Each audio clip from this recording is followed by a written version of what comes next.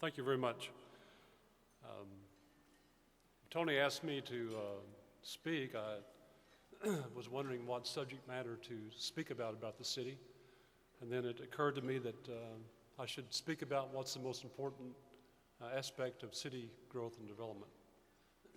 When I was interviewed for this job back in 1987, a longtime city manager of Plano, David Griffin, was on the interview panel. And after I was selected, I asked Mr. Griffin what the most important thing was for the growth of a city. And of course, he said the first three were location, location, and location. And then he said the next three are schools, schools, and schools. You know, in my time here, I found that that statement is so true about the growth and quality of Frisco is directly tied to the growth and quality of the Frisco Independent School District. And it's been a great partnership that we've enjoyed with the school district during all these years. And my wife is a retired school teacher, and she taught in the Frisco School District for several years also. I can tell you from observations of what Deborah did after school hours at home, that she virtually graded papers almost every night. And I also know that that's the case for nearly every school teacher, not only in Frisco, but throughout the state, and more than likely throughout the country. So they give so much of themselves to teach the children. And just like Leadership Frisco is doing what they think and believe and will be such a great project for the children and the project at the Frisco Library to help with reading, it's just emphasizes how much more important that the school district is in educating our children. And you know, you look across, as I get older, you look across the state and you wonder about the future and how we're going to progress here in Texas and in Frisco. And without quality public education, I shudder to think what the country will become. And it's so important. Today, the school district is in the midst of starting publication about the need for the TRE, which would add 13 cents to the local property tax. There's been some negative articles in the newspaper about it. I read that. Frankly, I question the facts that some of the authors of that have done.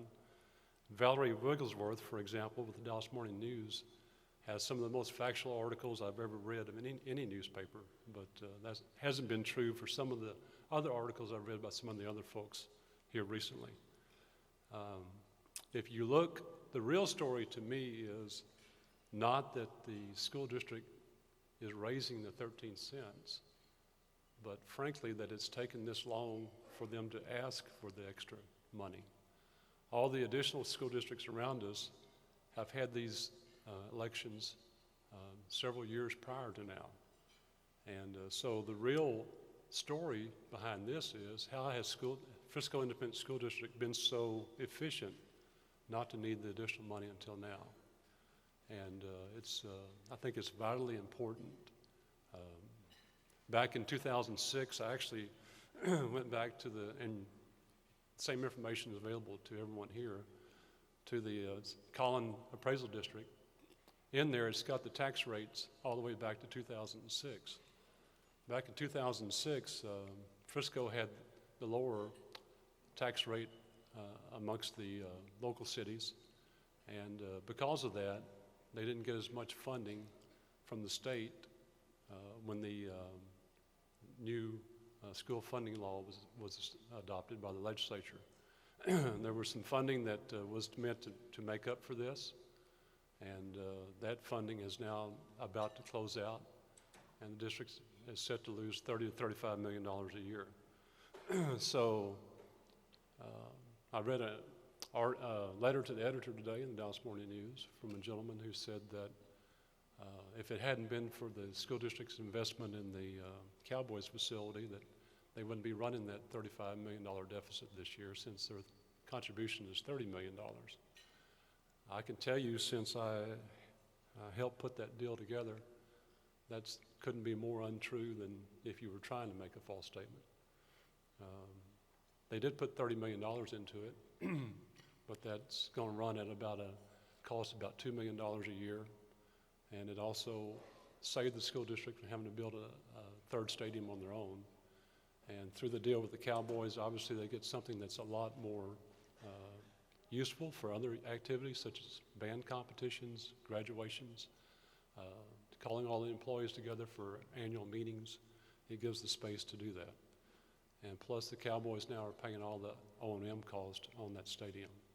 So I hope that as election draws near, early voting starts August 10th, that you'll read all the information available and you go vote what your conscience is. But for me and my family, we'll be voting for it.